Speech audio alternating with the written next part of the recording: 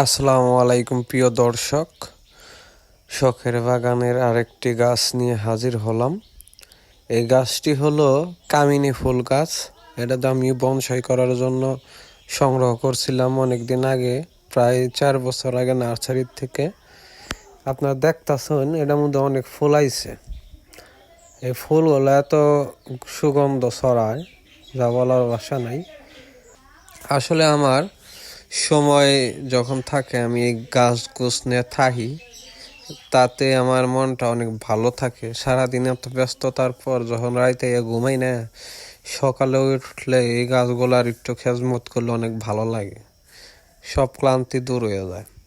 তো সবাই এই গাছপালার প্রেম বুঝবো না, যারা যারা এই গাছপালা নিয়ে থাকে, কিছুটা গাছপালার খেজমত করে, গাছ লাগায় পরিবেশের জন্য, তারা হয়তো গাছের ভালোবাসা বুঝবো।